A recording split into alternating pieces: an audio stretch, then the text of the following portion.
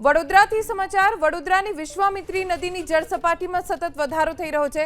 વિશ્વામિત્રી નદીની જળ સપાટી પહોંચી 17 ફૂટ પર। ઉપરવાસમાં ધોધમાર વરસાદના કારણે આજવા સરોવરનું જળસ્તર વધ્યું। ગઈકાલે આજવા સરોવરમાંથી પાણી છોડાયું। વિશ્વામિત્રી નદીની ભયજનક સપાટી 26 ફૂટ છે।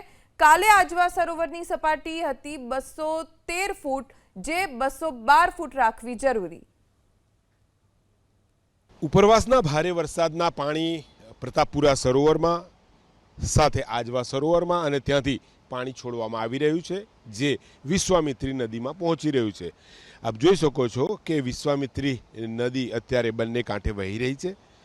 તેની ભયજનક સપાટી 26 ફૂટ છે, પરંતુ અત્યારે 17 ફૂટે વિશ્વામિત્રી નદી વહી રહી છે। કાંઠા વિસ્તારના લોકોને એલર્ટ કરી દેવામાં આવ્યા છે।